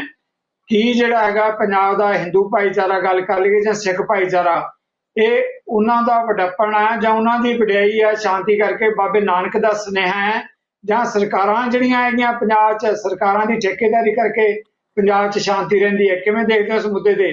ਰਾਜਸੀ ਲਾਹਾ ਜ਼ਰੂਰ ਲੈਣ ਦਾ ਯਤਨ ਕਰਦੀਆਂ ਰਾਜਸੀ ਤਰ੍ਹਾਂ। ਜੀ ਹਰਕਮਲ ਜੀ। ਦੇਖੋ, ਬੇਸਿਕਲੀ ਜਿਹੜਾ ਹੈ ਇਹ ਸਿੱਖ ਗੁਰੂਆਂ ਦੀ ਧਰਤੀ ਹੈ। ਇੱਥੇ ਗੁਰੂ ਨਾਨਕ ਤੇ ਤੁਸੀਂ ਕਹਿ ਸਕਦੇ ਹੋ ਸਿੱਖ ਗੁਰੂ ਸਾਹਿਬਾਨਾਂ ਦਾ ਸੰਦੇਸ਼ ਜਿਹੜਾ ਹੈ ਉਹ ਲੋਕਾਂ ਦੇ ਦਿਮਾਗ ਦੇ ਉੱਤੇ, ਦਿਲਾਂ ਦੇ ਉੱਤੇ ਬਹੁਤ ਅਸਰ ਰੱਖਦਾ ਹੈਗਾ। ਔਰ ਉਹਦਾ ਹੀ ਇੱਕ ਕਾਰਨ ਤੁਸੀਂ ਸਮਝ ਲਓ, ਚਾਹੇ ਉਹ ਪੰਜਾਬ ਦਾ ਸਿੱਖ ਹੈਗਾ, ਚਾਹੇ ਪੰਜਾਬ ਦਾ ਹਿੰਦੂ ਹੈਗਾ, ਜਾਂ ਜਿਹੜੇ ਦੂਜੇ ਮਜ਼ਹਬ ਵੀ ਹੈਗੇ ਨੇ, ਉਹ ਉਹਨਾਂ ਸਾਰਿਆਂ ਦੇ ਉੱਤੇ ਇਹ ਜਿਹੜਾ ਗੁਰੂ ਨਾਨਕ ਦਾ ਇੱਕ ਸ਼ਾਂਤੀ ਦਾ, ਸਦਭਾਵਨਾ ਦਾ, ਆਪਸ 'ਚ ਤੁਸੀਂ ਕਹਿ ਸਕਦੇ ਹੋ ਭਾਈਚਾਰਕ ਸਾਂਝ ਦਾ ਜਿਹੜਾ ਸੰਦੇਸ਼ ਹੈਗਾ, ਸਭ ਦੇ ਉੱਤੇ ਉਹਦਾ ਅਸਰ ਹੈਗਾ। ਇਹੋ ਕਾਰਨ ਹੈ ਕਿ ਪੰਜਾਬ ਦਾ ਜਿਹੜਾ ਮਾਹੌਲ ਹੈਗਾ ਹਮੇਸ਼ਾ, ਜੋ ਮੈਂ ਮਹਿਸੂਸ ਕਰਨਾ, ਸਿਆਸੀ ਪਾਰਟੀਆਂ ਨੂੰ ਤੇ ਇਹ ਸੂਟ ਕਰਦਾ ਹੈ। ਉਹ ਪਾਟੋ ਜਿਹੜੀ ਧਾੜ ਹੁੰਦੀ ਹੈ ਇੱਕ ਦੂਜੇ ਨੂੰ ਪਾੜਨ 'ਚ, ਉਹਨਾਂ ਦੀ ਦਿਲਚਸਪੀ ਤੇ ਜ਼ਰੂਰ ਹੋ ਸਕਦੀ ਹੈ, ਬੀਜੇਪੀ ਦੀ ਵੀ ਹੋ ਸਕਦੀ ਹੈ ਜਾਂ ਹੋਰ ਪਾਰਟੀਆਂ ਦੀ ਵੀ ਹੋ ਸਕਦੀ ਹੈ। ਲੇਕਿਨ ਇਹ ਸਮਝੋ ਕਿ ਸਾਡੀ ਖੁਸ਼ਕਿਸਮਤੀ ਇਹ ਵੇ ਕਿ ਅਸੀਂ ਉਸ ਧਰਤੀ ਤੇ ਹੈਗੇ ਹਾਂ ਜਿੱਥੇ ਗੁਰੂ ਨਾਨਕ ਦਾ ਸੰਦੇਸ਼ ਭਾਰੂ ਹੈਗਾ। ਔਰ ਅਸੀਂ ਪੰਜਾਬ ਦੇ ਉੱਤੇ ਇਹੋ ਜਿਹੀਆਂ ਜਿਹੜੀਆਂ ਆਵਾਜ਼ਾਂ ਹੈਗੀਆਂ, ਸਾਜ਼ਿਸ਼ਾਂ ਹੈਗੀਆਂ, ਉਹ ਕਾਮਯਾਬ ਨਹੀਂ ਹੋ ਰਹੀਆਂ। ਬਿਲਕੁਲ ਠੀਕ। ਲਾਸਟ ਕਮੈਂਟ ਇਸੇ ਛੁੱਟੀ ਬ੍ਰੇਕ ਤੋਂ ਪਹਿਲਾਂ ਜਸਪਾਲ ਢਿੱਲੋਂ ਜੀ, ਮੈਂ ਤੁਹਾਡੇ ਕੋਲੋਂ ਕਮੈਂਟ ਲੈਣਾ ਚਾਹਾਂਗਾ। ਰਾਜਸੀ ਤਰ੍ਹਾਂ ਪੰਜਾਬ 'ਚ ਸ਼ਾਂਤੀ ਸਦਭਾਵਨਾ ਦਾ ਮਾਹੌਲ ਫਿਰਕਿਆਂ 'ਚ ਬਣਾਉਣ ਦਾ ਬਹੁਤ ਦਾਅਵਾ ਕਰਦੀਆਂ ਹੈ। ਕੀ ਇਹ ਕ੍ਰੈਡਿਟ ਸਰਕਾਰਾਂ ਜਾਂ ਰਾਜਸੀ ਧਿਰਾਂ ਨੂੰ ਹੈ ਜਾਂ ਇੱਥੋਂ ਦੇ ਰਹਿਣ ਵਾਲੇ ਪੰਜਾਬੀਆਂ ਨੂੰ ਹੈ, ਚਾਹੇ ਹਿੰਦੂ ਹੈ ਚਾਹੇ ਸਿੱਖ ਹੈ ਜਾਂ ਦੂਜਾ ਭਾਈਚਾਰਾ? ਜਗਤਾਰ ਜੀ, ਇਹ ਸਾਰਾ ਜਿਹੜਾ ਹੈਗਾ ਰਾਜਸੀ ਧਿਰਾਂ ਨੂੰ ਨਹੀਂ ਜਾਂਦਾ। ਰਾਜਸੀ ਧਿਰਾਂ ਤਾਂ ਲੜਾਉਣ ਦਾ ਯਤਨ ਕਰਦੀਆਂ ਨੇ। ਇਹ ਸਾਡੀ ਜਿਹੜੀ ਭਾਈਚਾਰਕ ਸਾਂਝ ਹੈ, ਤੁਸੀਂ ਦੇਖੋ ਇਸ ਕਿਸਾਨੀ ਅੰਦੋਲਨ ਦੇ ਵਿੱਚ ਇਹ ਭਾਈਚਾਰਕ ਸਾਂਝ ਕਿੰਨੀ ਮਜ਼ਬੂਤ ਤੇ ਪੀਢੀ ਹੋਈ ਹੈ। ਪਿਛਲੇ ਖੜਕੂਬਾਦ ਦਾ ਸਮਾਂ ਦੇਖੋ, ਆਪਣੇ ਪਿੰਡਾਂ ਦੇ ਵਿੱਚ ਜਿੰਨੇ ਮਹਾਜਨਾਂ ਨੇ ਇਹ ਕਿਹਾ ਕਿ ਅਸੀਂ ਪੰਜਾਬ ਥੋੜਾ ਪਿੰਡ ਛੱਡ ਕੇ ਸ਼ਹਿਰ 'ਚ ਜਾਣਾ ਹੈ, ਤਾਂ ਵੱਧ ਤੋਂ ਵੱਧ ਲੋਕਾਂ ਨੇ ਉੱਥੇ ਬੈਠੇ, ਉਹਨਾਂ ਦੀ ਰਾਖੀ ਕੀਤੀ, ਉਹਨਾਂ ਦੇ ਘਰਾਂ ਦੇ ਵਿੱਚ ਬੰਦੂਕਾਂ ਲੈ ਲੈ ਕੇ ਬਹਿੰਦੇ ਸੀ।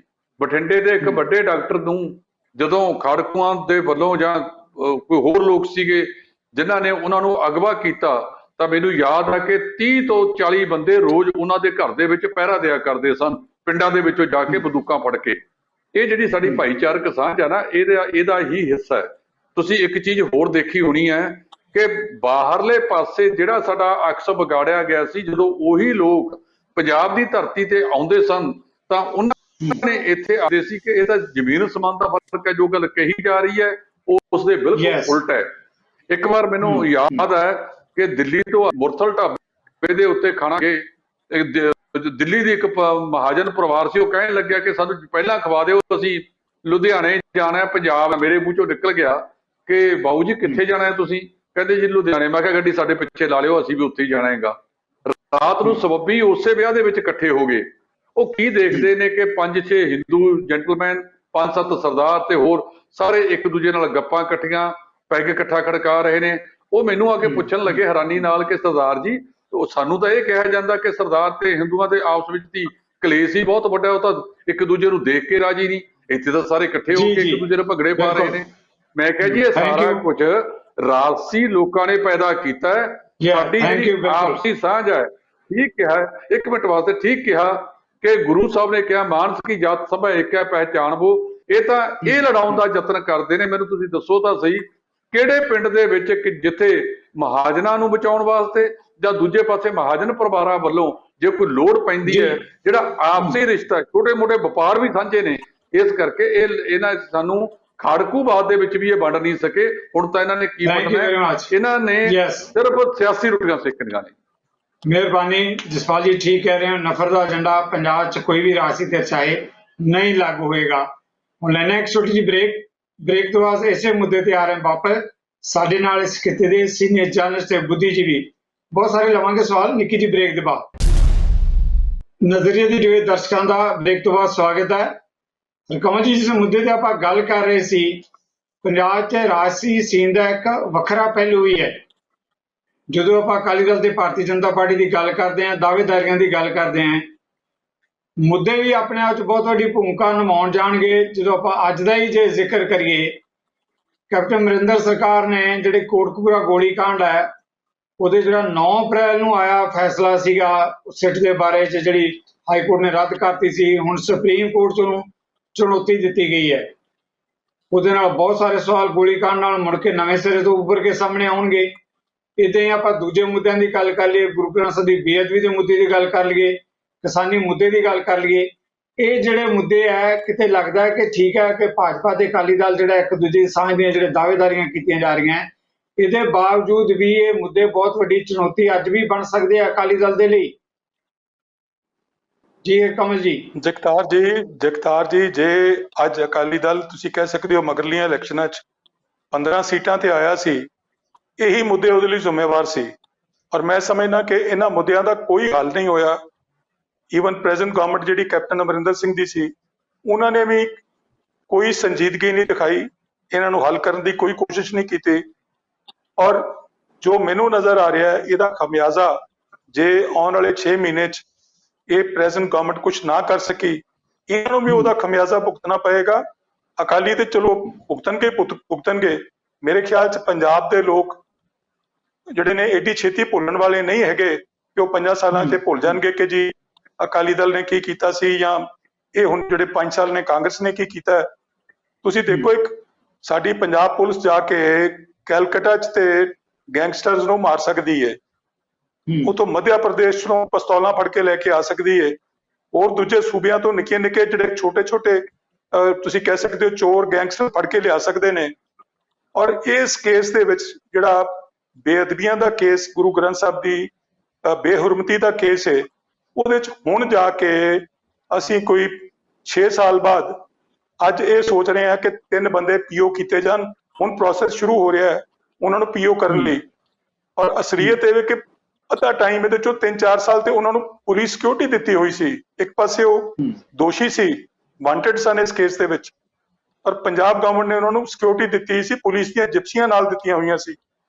ਜਿੱਥੇ ਸੋਚ ਸਰਕਾਰ ਦੀ ਇਹ ਹੋਵੇ, ਔਰ ਉਹਦੇ ਲਈ ਪ੍ਰੈਜ਼ੈਂਟ ਗਵਰਨਮੈਂਟ ਜ਼ਿੰਮੇਵਾਰ ਹੈ, ਪ੍ਰੈਜ਼ੈਂਟ ਗਵਰਨਮੈਂਟ ਨੇ ਦਿੱਤੀਆਂ ਹੋਈਆਂ ਸੀ, ਪਿਛਲੀ ਨੇ ਤੇ ਦਿੱਤੀਆਂ ਹੀ ਸੀ, ਇਹਨਾਂ ਨੇ ਵੀ ਦਿੱਤੀਆਂ ਸੀ।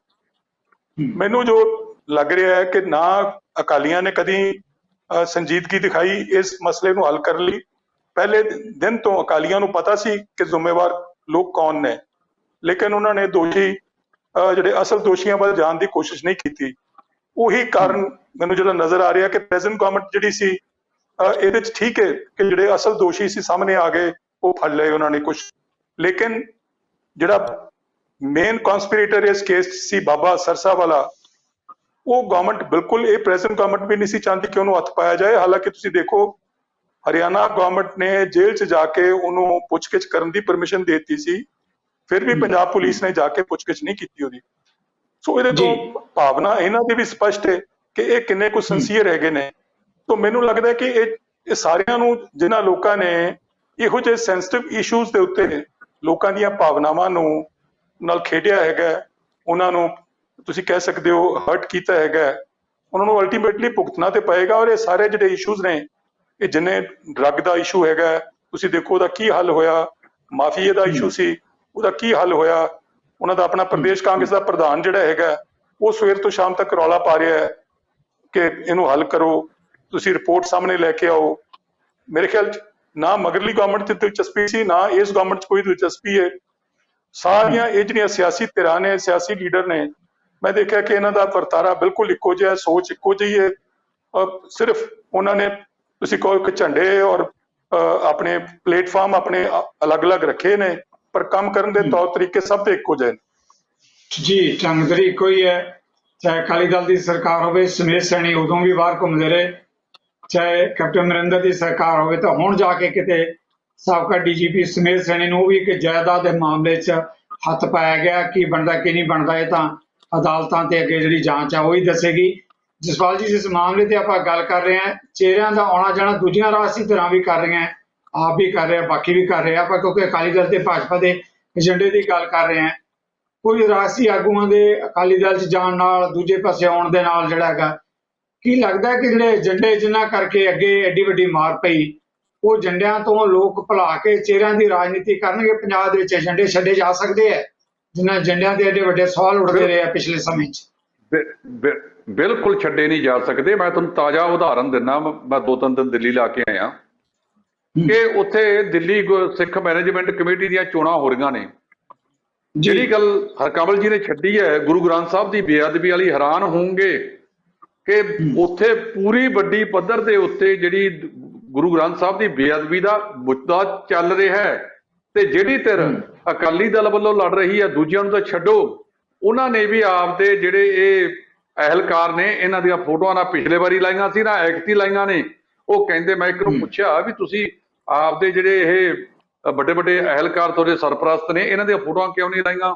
ਉਹ ਕਹਿੰਦੇ ਜੀ ਗੁਰੂ ਗ੍ਰੰਥ ਸਾਹਿਬ ਦੀ ਬੇਅਦਬੀ ਇਹਨਾਂ ਦੇ ਸਮੇਂ ਦੇ ਵਿੱਚ ਹੋਈ ਸੀ, ਅਸੀਂ ਫੋਟੋਆਂ ਲਾ ਕੇ ਆਪਦਾ ਜਿਹੜੀ ਪੋਜੀਸ਼ਨ ਹੈ ਉਹ ਖਰਾਬ ਕਰਨੀ ਹੈ। ਇਹਦਾ ਮਤਲਬ ਜਿਹੜੀ ਗੁਰੂ ਗ੍ਰੰਥ ਸਾਹਿਬ ਦੀ ਬੇਅਦਬੀ ਦੇ ਮਾਮਲੇ ਦੇ ਵਿੱਚ ਪਿਛਲੀ ਸਰਕਾਰ ਨੇ ਤਾਂ ਜੋ ਕੀਤਾ ਹੀ ਕੀਤਾ, ਮੌਜੂਦਾ ਵਾਲਿਆਂ ਨੇ ਵੀ ਕੀਤਾ। ਇਹ ਮੁੱਦੇ ਕਿਸੇ ਕੀਮਤ ਤੇ ਲੋਕ ਮਨਾਂ ਚੋਂ ਬਾਹਰ ਨਹੀਂ ਜਾ ਰਹੇ। ਉੱਥੇ ਸਰਸਾ ਗਰੁੱਪ ਬਾਦਲ ਪਰਿਵਾਰ, ਜਿਹੜੀ ਬਾਦਲ ਅਕਾਲੀ ਦਲ ਬਾਦਲ ਆ, ਉਹਦੇ ਵੱਲੋਂ ਲੜ ਰਿਹਾ ਨਾ, ਉਹਨਾਂ ਨੇ ਵੀ ਤਸਵੀਰਾਂ ਆਪਣੀਆਂ ਲਾਈਆਂ ਹੋਈਆਂ ਨੇ। ਕਿਤੇ ਵੀ ਪ੍ਰਕਾਸ਼ ਸਿੰਘ ਬਾਦਲ, ਉਹਦੇ ਸੁਪੁੱਤਰ ਅਕਾਲੀ ਦਲ ਦੇ ਪ੍ਰਧਾਨ ਸੁਖਬੀਰ ਸਿੰਘ ਬਾਦਲ ਜਾਂ ਬੀਬੀ ਹਰਸਿਮਰਤ ਕੌਰ ਜਿਹੜੇ ਮੈਂਬਰ ਪਾਰਲੀਮੈਂਟ ਰਹੇ ਨੇ, ਕੋਈ ਤਸਵੀਰ ਕਿਸੇ ਪੋਸਟਰ ਦੇ ਉੱਤੇ ਨਹੀਂ ਲਾਈ ਹੋਈ। ਇਹਨਾਂ ਨੇ 1984 ਦੀ ਗੱਲ ਕਰਨ ਦੀ ਕੋਸ਼ਿਸ਼ ਕੀਤੀ ਸੀ, ਪਰ ਬੇਅਦਬੀ ਦਾ ਮੁੱਦਾ ਇੰਨਾ ਭਾਰੂ ਹੈ ਕਿ ਉਹ ਦਿੱਲੀ ਚੋਣਾਂ ਦੇ ਵਿੱਚ ਵੀ ਗੂੰਜ ਰਿਹਾ ਹੈ। ਇਹ ਇੰਨੀ ਛੇਤੀ ਅਕਾਲੀ ਦਲ ਦਾ ਖਹਿੜਾ ਛੱਡਣ ਵਾਲਾ ਨਹੀਂ। ਇਸੇ ਤਰ੍ਹਾਂ ਜਿਹੜੀ ਮੌਜੂਦਾ ਸਰਕਾਰ ਨੇ ਵੀ ਉਹਦੇ ਉੱਤੇ ਕੋਈ ਵਧੀਆ ਗੱਲ ਨਹੀਂ ਕੀਤੀ। ਇਹਨਾਂ ਦੇ ਜਿਹੜੇ ਪ੍ਰਧਾਨ ਹੁੰਦੇ ਸੀ ਸਾਬਕਾ ਸੁਨੀਲ ਜਾਖੜ, ਇਹਨਾਂ ਦੇ ਐਡਵੋਕੇਟ ਜਨਰਲ ਦੇ ਉੱਤੇ ਜਿੱਦਣ ਇਸ ਤਰ੍ਹਾਂ ਦਾ ਕੇਸ ਆਉਂਦਾ ਹੈ, ਐਡਵੋਕੇਟ ਜਨਰਲ ਸਾਹਿਬ ਉਧਰ ਬਿਮਾਰ ਹੋ ਜਾਂਦੇ ਆ। ਭਾਵ ਮੌਜੂਦਾ ਸਰਕਾਰ ਨੇ ਵੀ ਉਹੀ ਢਿੱਡ 'ਚ ਕੰਨਾ ਪਾ ਕੇ ਰੱਖਿਆ, ਕੋਈ ਕੰਮ ਕੀਤਾ ਨਹੀਂ। ਲੋਕਾਂ ਦੇ ਵਿੱਚ ਦੋਹਾਂ ਸਰਕਾਰਾਂ ਪ੍ਰਤੀ ਕਾਫੀ ਜ਼ਿਆਦਾ ਨਿਰਾਸ਼ਤਾ ਪਾਈ ਜਾ ਰਹੀ ਹੈ। ਕਿ 2022 ਦੇ ਵਿੱਚ ਲੋਕ ਇਹਨਾਂ ਨੂੰ ਸਬਕ ਸਿਖਾਉਣਗੇ। ਇਹ ਆਉਣ ਵਾਲਾ ਸਮਾਂ ਦੱਸੇਗਾ ਕਿ ਪੰਜਾਬ ਦਾ ਜਿਹੜਾ ਰਾਜਨੀਤੀ ਦਾ ਊਠ ਆ 2022 ਦਾ, ਇਹ ਕਿਸ ਕਰਵਟ ਬਹਿੰਦਾ ਹੈ। Okay, thank you very much. Doctor Sohta, ਬਹੁਤ ਅਹਿਮ ਮੁੱਦਾ ਹੈ। ਤੁਸੀਂ ਧਾਰਮਿਕ ਮਾਮਲਿਆਂ ਨੂੰ ਵੀ ਬੜਾ ਨਜ਼ਦੀਕ ਤੋਂ ਵਾਚਦੇ ਹੋ, ਦੇਖਦੇ ਹੋ।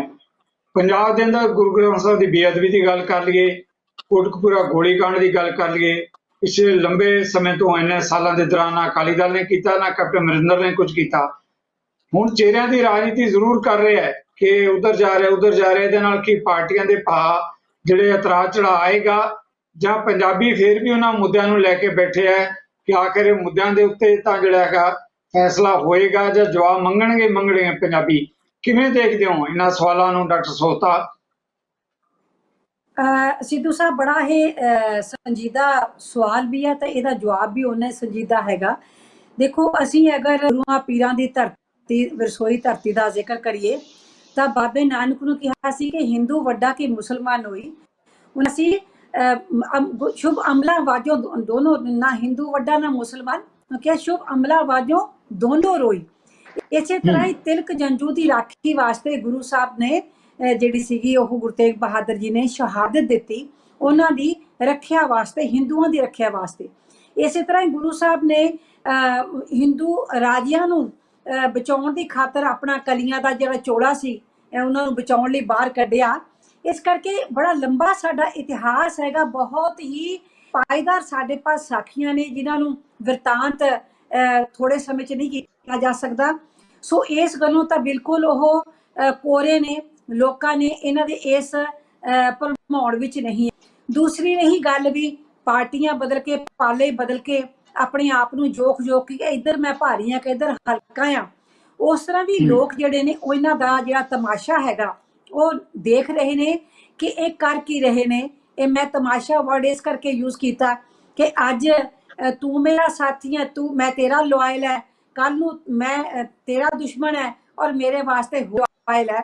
ਉਹਦਾ ਕਾਰਨ ਕੀ ਹੈ ਕਿ ਆਪਣੀ ਜਿਹੜੀ ਹੈ ਆਪਣਾ ਸਵਾਰਥ, ਆਪਣੀ ਤਾਕਤ, ਕਿਸੇ ਨਾ ਕਿਸੇ ਤਰ੍ਹਾਂ ਆਪਣੀ ਕੁਰਸੀ ਨੂੰ ਮਜ਼ਬੂਤ ਕਰਕੇ ਰੱਖਣਾ। ਕੋਈ ਇਹਦੇ ਵਿੱਚ ਪਬਲਿਕ ਭਲਾਈ ਨਹੀਂ, ਕੋਈ ਪੰਜਾਬ ਦਾ ਭਲਾ ਨਹੀਂ, ਕੋਈ ਉਹਦਾ ਜਿਹੜਾ ਹੈਗਾ ਕਿਸੇ ਪ੍ਰਕਾਰ ਦੀ ਰਾਖੀ ਦਾ, ਕੋਈ ਡਿਵੈਲਪਮੈਂਟ ਦਾ, ਕੋਈ ਗਰੋਥ ਦਾ ਏਜੰਡਾ ਨਹੀਂ ਹੈਗਾ। ਸੋ ਇਹ ਸਾਰੀਆਂ, ਜਿਸ ਤਰ੍ਹਾਂ ਬਾਕੀ ਬੁਲਾਰਿਆਂ ਨੇ ਵੀ ਕਿਹਾ, ਕਿ ਲੋਕੀ ਭਲੀ ਭਾਂਤ ਇਹਨਾਂ ਚੀਜ਼ਾਂ ਨੂੰ ਸਮਝਦੇ ਨੇ, ਵਿਚਾਰਦੇ ਨੇ, ਡਿਸਕਸ ਕਰਦੇ ਨੇ ਹਰ ਪੱਧਰ ਤੇ। ਤੁਸੀਂ ਹੈਰਾਨ ਹੋਗੇ ਕਿ ਅੱਜ ਕੱਲ੍ਹ ਜਿਹੜਾ ਐਜੂਕੇਸ਼ਨ ਦੇ ਲੈਵਲ ਤੇ ਐਜੂਕੇਟਡ ਜਿਹੜੇ ਲੋਕ ਨੇ ਉਹ ਜ਼ਿਆਦਾ ਇਸ ਨੂੰ ਲੈ ਰਹੇ ਨੇ। ਉਹਦੇ ਨਾਲ ਹੀ ਨਾਲ ਜਿੱਥੇ ਅਰਬਨ ਰੂਰਲ ਦਾ ਜਿਹੜਾ ਪਾੜਾ ਸੀਗਾ, ਅੱਜ ਕੱਲ੍ਹ ਉਹ ਵੀ ਕਾਫੀ ਹੱਦ ਤੱਕ ਜਿਹੜਾ ਹੈਗਾ ਉਹ ਗੈਪ ਫਿਲ ਹੋ ਰਿਹਾ ਹੈਗਾ। ਰੂਰਲ ਪਾਪੂਲੇਸ਼ਨ ਵੀ ਆਪ ਨੂੰ ਕਹਿ ਲਓ ਵੀ ਠੱਗਿਆ ਮਰ ਰਹੀ ਹੈ ਕਿ ਕਦੇ ਕੋਈ ਸਾਡੇ ਵਾਸਤੇ ਲੁਭਾਉਣੇ ਜਿਹੜੇ ਹੈਗੇ ਆ ਉਹ ਛੱਡ ਦਿੱਤੇ ਤੀਰ, ਕਦੇ ਕੋਈ ਛੱਡ ਦਿੱਤੇ। ਇਸ ਕਰਕੇ ਜਿਹੜਾ ਆ ਸਮਾਂ ਜਾ ਰਿਹਾ ਹੈ ਇਹ ਬੜਾ ਹੀ ਨਾਜ਼ੁਕ ਵੀ ਹੈ, ਸੈਂਸਿਟਿਵ ਵੀ ਹੈ, ਔਰ ਇਹਦੇ ਨਾਲ ਬੜੀਆਂ ਹੀ ਵੱਡੀਆਂ ਤਬਦੀਲੀਆਂ ਦੀ ਜਿਹੜੀ ਹੈਗੀ ਸੰਭਾਵਨਾ ਹੈਗੀ ਆ। ਉਹਦੇ ਵਿੱਚ ਮੈਂ ਜੋ ਮਹਿਸੂਸ ਕਰਦੀ ਹਾਂ ਕੁਝ ਅੱਛਾ ਹੋ ਕੇ ਨਿਕਲਣ ਦੀ ਜ਼ਰੂਰ ਆਸ ਹੈਗੀ ਹੈ, ਕਿਉਂਕਿ ਲੋਕੀ ਸਮਝਣ ਲੱਗੇ। ਸਭ ਤੋਂ ਵੱਡਾ, ਮੈਂ ਫਿਰ ਕਿਸਾਨ ਅੰਦੋਲਨ ਤੇ ਆਉਣੀ ਹਾਂ, ਇਹ ਇੱਕ ਅਜਿਹਾ ਵਿਲੱਖਣ ਅੰਦੋਲਨ ਗੁਰੂ ਮਹਾਰਾਜ ਨੇ ਐਸਾ ਸਮੱਤ ਬਖਸ਼ੀ ਮਾਨਵਤਾ ਨੂੰ, ਇਹ ਆਇਆ ਜਿਹਦੇ ਵਿੱਚ ਮਨੁੱਖ ਨਾਲ ਜੁੜ ਗਿਆ, ਮਨੁੱਖ ਦੇ ਭੇਦ ਭਾਵ ਖਤਮ ਹੋ ਗਏ, ਊਚ ਨੀਚ ਖਤਮ ਹੋ ਗਈ। ਜਿਹੜੀ ਇਹ ਬਾਰਡਰਾਂ ਦੀਆਂ ਰਾਜਨੀਤੀਆਂ ਸੀ, ਜਿਹੜੀਆਂ ਇਹਨਾਂ ਦੇ ਪਾਣੀਆਂ ਦੇ ਮਸਲੇ, ਇਧਰ ਉਧਰ ਦੇ ਮਸਲੇ, ਉਹਨਾਂ ਨੇ ਬਿਲਕੁਲ ਕਿਹਾ ਕਿ ਨੋ ਮਸਲਾ, we are together, we are brothers। ਸੋ ਇਹ ਜਿਹੜੀ ਮਿਹਰਬਾਨੀ ਡਾਕਟਰ ਸਾਹਿਬ, ਇਹ ਬਹੁਤ ਵੱਡੇ ਅਸਰ ਲੈ ਕੇ ਆਉਣਗੀਆਂ। Thank you doctor Sahib, thank you doctor ਸਾਹਿਬ। ਹਰਕਮਲ ਜੀ, ਇਸ ਮੁੱਦੇ ਤੇ ਡਾਕਟਰ ਸੋਹਤਾ ਲਿਆ ਕੇ ਜਿਨ੍ਹਾਂ ਨੇ ਸਵਾਲ ਛੱਡਿਆ ਹੈ, ਕਿਸਾਨੀ ਅੰਦੋਲਨ ਦੀ ਜਦੋਂ ਆਪਾਂ ਗੱਲ ਕਰਦੇ ਹਾਂ, ਭਾਜਪਾ ਦਾਅਵੇਦਾਰੀਆਂ ਕਰ ਰਹੀ ਹੈ, ਅਕਾਲੀ ਦਲ ਕਰ ਰਿਹਾ, ਆਪ ਵਾਲੇ ਵੀ ਕਰ ਰਹੇ, ਕਾਂਗਰਸ ਵੀ ਕਰ ਰਹੀ ਹੈ। ਸਭ ਤੋਂ ਵੱਡਾ ਸਵਾਲ ਫਿਰ ਵੀ ਕਿਸਾਨੀ ਅੰਦੋਲਨ ਨੂੰ ਲੈ ਕੇ ਨਾ ਰਾਜਸੀ ਧਿਰਾਂ ਅੱਗੇ ਦੂਜਿਆਂ ਸਰੂਪਾਂ ਤਾਂ ਖੜਾ ਰਹੇਗਾ। ਪੰਜਾਬ 'ਚ ਸਵਾਲ ਜ਼ਰੂਰ ਰਹੇਗਾ ਕਿ ਕਿਸਾਨੀ ਅੰਦੋਲਨ ਜਿਹੜਾ ਹੈਗਾ, ਆ ਰਹੀਆਂ ਜਿਹੜੀਆਂ ਚੋਣਾਂ ਹੈ, ਉਹਨਾਂ 'ਚ ਵੱਡਾ ਇੱਕ ਏਜੰਡਾ ਰਹੇਗਾ ਹੀ ਰਹੇਗਾ, ਚਾਹੇ ਜਿੰਨਾ ਮਰਜ਼ੀ ਦਾਅਵੇਦਾਰੀਆਂ ਕਰ ਲੈਣ ਰਾਜਸੀ ਧਿਰਾਂ। ਹਰਕਮਲ ਜੀ,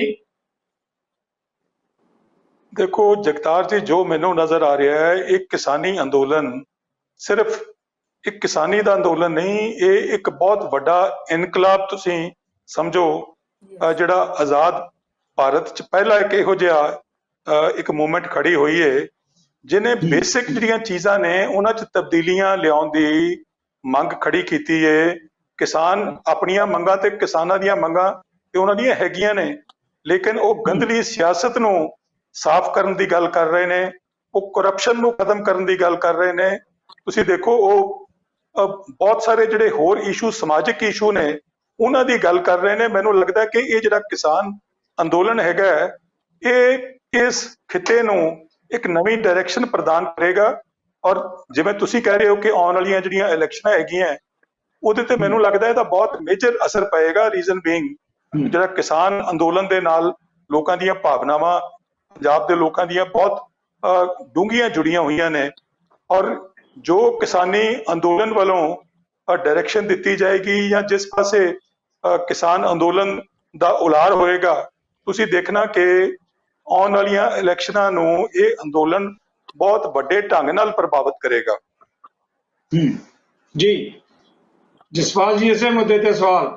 ਪੰਜਾਬ ਦੀਆਂ ਸਾਰੀਆਂ ਰਾਜਸੀ ਧਿਰਾਂ ਬੜੀਆਂ ਵੱਡੀਆਂ ਦਾਅਵੇਦਾਰੀਆਂ ਕਰ ਰਹੀਆਂ ਹੈ ਕਿ ਕਿਸਾਨੀ ਅੰਦੋਲਨ ਉਸ ਨੂੰ ਲੰਘ ਕੇ ਜਾਂ ਉਸ ਦੇ ਉੱਪਰ ਦੀ ਲੰਘ ਕੇ ਕੋਈ ਰਾਜਸੀ ਏਜੰਡਾ ਤੈਅ ਕਰ ਸਕਦੀਆਂ ਪੰਜਾਬ ਦੀਆਂ ਰਾਜਸੀ ਧਿਰਾਂ, ਕਿਉਂਕਿ ਜਿਹੜੀ ਆ ਰਹੀ 22 ਦੀ ਚੋਣ ਹੈ ਪੰਜਾਬ ਦੀ, ਇਹ ਦੇਸ਼ ਦੇ ਲਈ ਇੱਕ ਮਾਡਲ ਹੋਏਗੀ ਇਸ ਗੱਲ ਦੀ ਕਿ ਕਿਸਾਨੀ ਅੰਦੋਲਨ ਨੂੰ ਲੰਘ ਕੇ ਰਾਜਸੀ ਏਜੰਡਾ ਤੈਅ ਹੋ ਸਕਦਾ ਹੈ।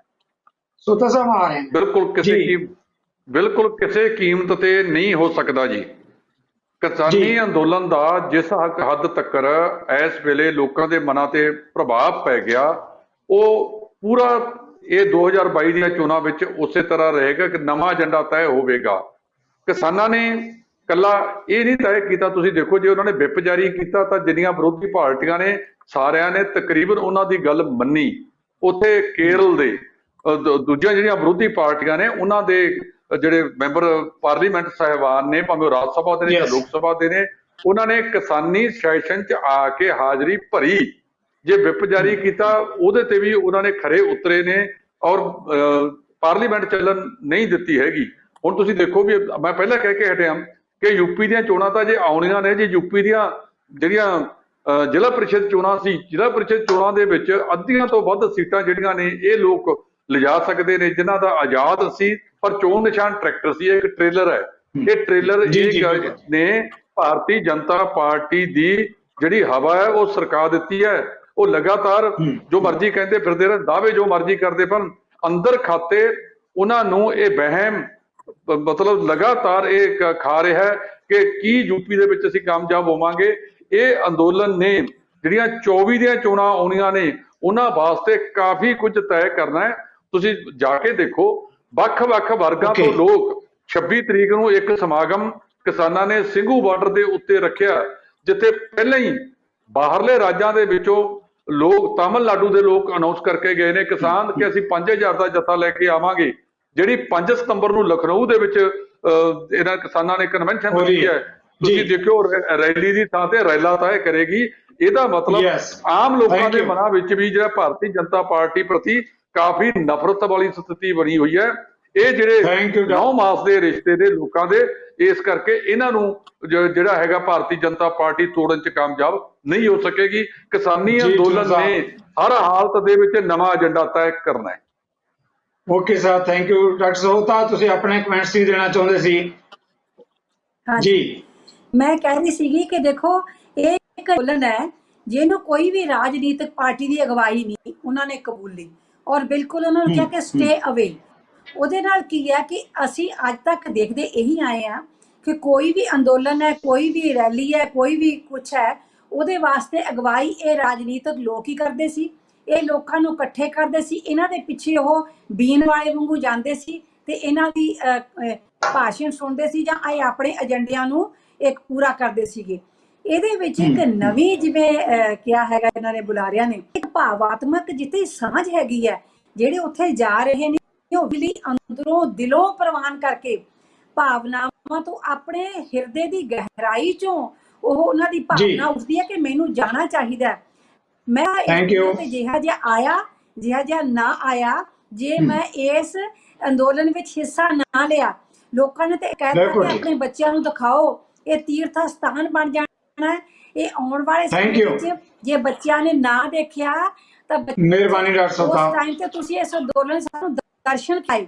ਸੋ ਅਗਰ ਇਹ ਮਿਹਰਬਾਨੀ ਡਾਕਟਰ ਸਥਿਤੀ ਆ ਸਾਹਿਬ। ਜਾਏ, ਔਰ ਇੱਕ ਮਿੰਟ ਹੋਰ ਜੀ, ਦੂਸਰਾ ਜਿਹੜੇ ਰਾਜਨੀਤਿਕ ਲੋਕ ਨੇ ਉਹਨਾਂ ਉੱਪਰ ਐਡੀ ਵੱਡੀ ਬੇਭਰੋਸਗੀ ਹੋ ਜਵੇ, ਉਹਨਾਂ ਦਾ ਕੋਈ ਵੀ ਕਬੂਲਣ ਨੂੰ ਤਿਆਰ ਨਾ ਹੋਵੇ, ਉਹ ਮੂੰਹ ਲੁਕਾਉਂਦੇ ਫਿਰਨ, ਉਹਨਾਂ ਦੇ ਪੈਰਾਂ ਥੱਲਿਓਂ ਜ਼ਮੀਨ ਖਿਸਕੀ ਹੋਵੇ, ਪਾਰਟੀਆਂ ਬਦਲ, Okay। ਆਪਣੀ ਪਾਰਟੀ ਦਾ ਨਾਂ ਲੈਣ ਤੋਂ ਡਰਨ, ਇਹ ਤੋਂ ਵਧੀਆ ਬਾਬੇ ਨਾਨਕ ਦਾ ਅਸਰ ਅਸੀਂ ਕਬੂਲਾਂਗੇ ਨਾ ਤਾਂ ਹੋਰ ਕੀ। ਥੈਂਕ ਯੂ ਡਾਕਟਰ ਸਾਹਿਬ, ਤੁਹਾਡਾ ਵੀ ਬਣਾ ਗਿਆ, ਮਿਹਰਬਾਨੀ ਬਾਬੇ ਨਾਨਕ ਦੀ ਧਰਤੀ ਦਾ ਅਸਰ ਆ ਜੋ ਅੱਜ ਨਜ਼ਰ ਆ ਰਿਹਾ ਜੀ। ਹੈ। ਮਿਹਰਬਾਨੀ ਬਾਈ ਅੰਡਾ। ਮਿਹਰਬਾਨੀ ਡਾਕਟਰ ਸਾਹਿਬ ਦਾ ਤੁਹਾਡਾ ਵੀ ਬਣਾ ਗਿਆ, thank you very much. Harkamal ਜੀ, ਲਾਸਟ ਕਮੈਂਟ ਜਿਹੜਾ ਹੈਗਾ, ਕਿਸਾਨ ਅੰਦੋਲਨ ਨੂੰ ਬਦਨਾਮ ਕਰਨ ਲਈ ਬਹੁਤ ਸਾਰੇ ਨਾਂ ਦਿੱਤੇ ਗਏ, ਕਈ ਤਰ੍ਹਾਂ ਦੀਆਂ ਤੁਲਨਾ ਕੀਤੀਆਂ ਗਈਆਂ, ਕਦੇ ਦੇਸ਼ ਵਿਰੋਧੀ, ਕਦੇ ਖਾਲਿਸਤਾਨੀ, ਕਦੇ ਨਕਸਲਵਾੜੀ, ਕਦੇ ਕੁਝ ਹੋਰ। ਕੀ ਲੱਗਦਾ ਕਿ ਜਿਹੜੀਆਂ 22 ਦੀਆਂ ਚੋਣਾਂ ਤੋਂ ਪਹਿਲਾਂ ਕੋਈ ਭਾਜਪਾ ਇਦਾਂ ਦਾ ਇੱਕ ਹੋਰ ਏਜੰਡਾ ਵੀ ਤੈਅ ਕਰ ਸਕਦੀ ਹੈ ਕਿ ਜਾਂ ਹੁਣ ਭਾਜਪਾ ਦੀਆਂ ਜਿਹੜੀਆਂ ਇਦਾਂ ਦੀਆਂ ਚਾਲਾਂ ਕਿਸਾਨ ਅੰਦੋਲਨ ਨੂੰ ਫੇਲ ਕਰਨ ਦੇ ਲਈ ਉਹ ਹੁਣ ਲੋਕੀ ਉਹਨਾਂ ਨੂੰ ਰੱਦ ਕਰਨਗੇ ਜੇ ਕੋਈ ਅੰਦੋਲਨ ਦੇ ਵਿਰੁੱਧ ਕੋਈ ਨਵਾਂ ਹੋਰ ਏਜੰਡਾ ਨਫ਼ਰਤ ਵਾਲਾ ਆਏਗਾ? ਕਿਵੇਂ ਦੇਖਦੇ ਹੋ ਇਹਨਾਂ ਪੋਸੀਬਿਲਿਟੀ ਨੂੰ, ਇਹਨਾਂ ਸੰਭਾਵਨਾਵਾਂ ਨੂੰ? ਕਿਉਂਕਿ ਕਿਸਾਨ ਤਾਂ ਆਪਣੀ ਲੜਾਈ ਲੜ ਰਹੇ ਆ ਔਰ ਭਾਜਪਾ ਵੀ ਪਿੱਛੇ ਨਹੀਂ ਹਟ ਰਹੀ ਜੀ।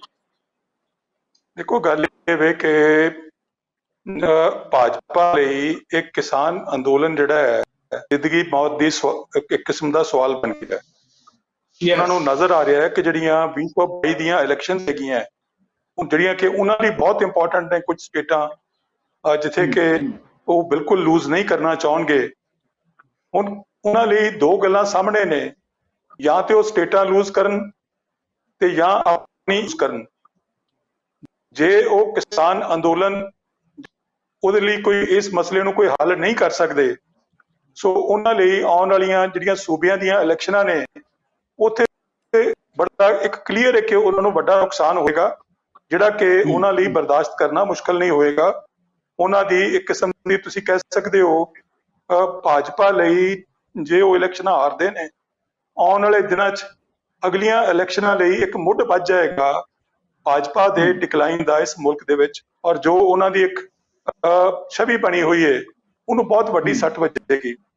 ਮੈਨੂੰ ਲੱਗਦਾ ਹੈ ਕਿ ਇਸ ਦੁਬਿਧਾ 'ਚ ਭਾਜਪਾ ਦੀ ਲੀਡਰਸ਼ਿਪ ਬਹੁਤ ਬੁਰੀ ਤਰ੍ਹਾਂ ਫਸੀ ਹੋਈ ਹੈ ਕਿ ਅਸੀਂ ਇਸ ਗੁੰਝਲ ਚੋਂ ਕਿਵੇਂ ਨਿਕਲੀਏ। ਹੁਣ ਉਹ ਇਸ ਮਸਲੇ ਨੂੰ ਹੱਲ ਕਰਨਾ ਚਾਹਣਗੇ ਜਾਂ ਇਹਨੂੰ ਹੋਰ ਉਲਝਾਉਣਾ ਚਾਹਣਗੇ ਕੋਈ ਸਾਜ਼ਿਸ਼ ਕਰਕੇ, ਇਹ ਸਾਡੀ ਸਮਝ ਤੋਂ ਬਾਹਰ ਹੈ। ਰੀਜ਼ਨ ਬੀਇੰਗ, ਜਿਹੋ ਜਿਹੀ ਲੀਡਰਸ਼ਿਪ ਇਸ ਮੁਲਕ ਨੂੰ ਮਿਲੀ ਹੋਈ ਹੈ ਉਹਦਾ ਕੋਈ ਇਤਬਾਰ ਨਹੀਂ ਕੱਲ ਨੂੰ ਕੀ ਕਰ ਸਕਦੇ ਨੇ। ਸੋ ਇਹ ਮੇਰੇ ਖਿਆਲ 'ਚ ਆਉਣ ਵਾਲੇ ਦਿਨਾਂ 'ਚ ਦੇਖਣ ਵਾਲੀ ਗੱਲ ਹੋਏਗੀ ਕਿ ਉਹ ਕੀ ਰਸਤਾ ਅਪਣਾਉਂਦੇ ਨੇ, ਕੀ ਉਹ ਇਸ ਅੰਦੋਲਨ ਦੇ ਮੁੱਦੇ ਨੂੰ ਹੋਰ ਉਲਝਾਉਂਦੇ ਨੇ, ਉਹ ਜਿਵੇਂ ਤੁਸੀਂ ਕਹਿ ਰਹੇ ਹੋ ਕੋਈ ਬਦਨਾਮ ਕਰਨ ਦੀ ਕੋਈ ਹੋਰ ਸਾਜ਼ਿਸ਼ ਕਰਦੇ ਨੇ, ਜਾਂ ਇਸ ਮਸਲੇ ਨੂੰ ਹੱਲ ਕਰਕੇ ਤੇ ਵਾਹਵਾ ਖੱਟਣ ਦੀ ਕੋਸ਼ਿਸ਼ ਕਰਦੇ ਨੇ। ਇਹ ਸਾਰਾ ਇਹ ਦੇਖਣ ਵਾਲੀ ਗੱਲ ਹੋਏਗੀ, ਅਜੇ ਇਹਦਾ ਅੰਦਾਜ਼ਾ ਲਗਾਉਣਾ ਮੁਸ਼ਕਲ ਹੋਏਗਾ। ਮਿਹਰਬਾਨੀ ਇਸ ਮੁੱਦੇ ਤੇ ਆਉਣ ਲਈ ਹਰਕਮਲ ਜੀ, ਢਿੱਲੋਂ ਸਾਹਿਬ, ਡਾਕਟਰ ਸੋਤਾ, ਇਹਨਾਂ ਦਾ ਬਹੁਤ ਬਹੁਤ ਧੰਨਵਾਦ। ਦਰਸ਼ਕਾਂ ਦੇ ਲਈ ਸੁਨੇਹਾ, ਸਾਡੀ ਮੀਡੀਆ ਤੇ ਬੁੱਧੀਜੀਵੀਆਂ ਦੀ ਡਿਬੇਟ 'ਚ ਪੇਸ਼ ਕਰੀ। ਉਮੀਦ ਹੈ ਪੰਜਾਬ ਦੀ ਆਵਾਜ਼ ਜਿਹੜੀ ਹੈਗੀ ਦਰਸ਼ਕਾਂ ਨੂੰ ਪਸੰਦ ਆਈ ਹੋਏਗੀ ਤੇ ਤੁਸੀਂ ਆਪਣੇ ਜਿਹੜੇ ਕਮਿਊਨੀਕੇਸ਼ਨ ਦੇ ਸੋਰਸਿਸ ਹੈ ਸ਼ੇਅਰ ਵੀ ਜ਼ਰੂਰ ਕਰੋਗੇ। ਤੁਹਾਡੇ ਸਾਰਿਆਂ ਵੱਲੋਂ ਇੱਕ ਵਾਰ ਮੈਂ ਮੁੜ ਕੇ ਆਪਣੇ ਤਿੰਨਾਂ ਮਹਿਮਾਨਾਂ ਦਾ ਧੰਨਵਾਦੀ ਹਾਂ ਤੇ ਇਸ ਦੇ ਨਾਲ ਹੀ ਤੁਹਾਡੇ ਕੋਲੋਂ ਵੀ ਲਵਾਂਗਾ ਇਜਾਜ਼ਤ। ਸਤਿ ਸ੍ਰੀ ਅਕਾਲ। ਸਾਡਾ ਹਰ ਇੱਕ ਪ੍ਰੋਗਰਾਮ ਦੇਖਣ ਤੇ ਸਾਡੇ ਨਾਲ ਜੁੜਨ ਲਈ ਸਬਸਕ੍ਰਾਈਬ ਕਰੋ ਚੈਨਲ ਪੰਜਾਬੀ ਤੇ ਨੋਟੀਫਿਕੇਸ਼ਨ ਲਈ ਬੈਲ ਆਈਕਨ ਵਾਲੇ ਬਟਨ ਤੇ ਕਲਿੱਕ ਕਰੋ।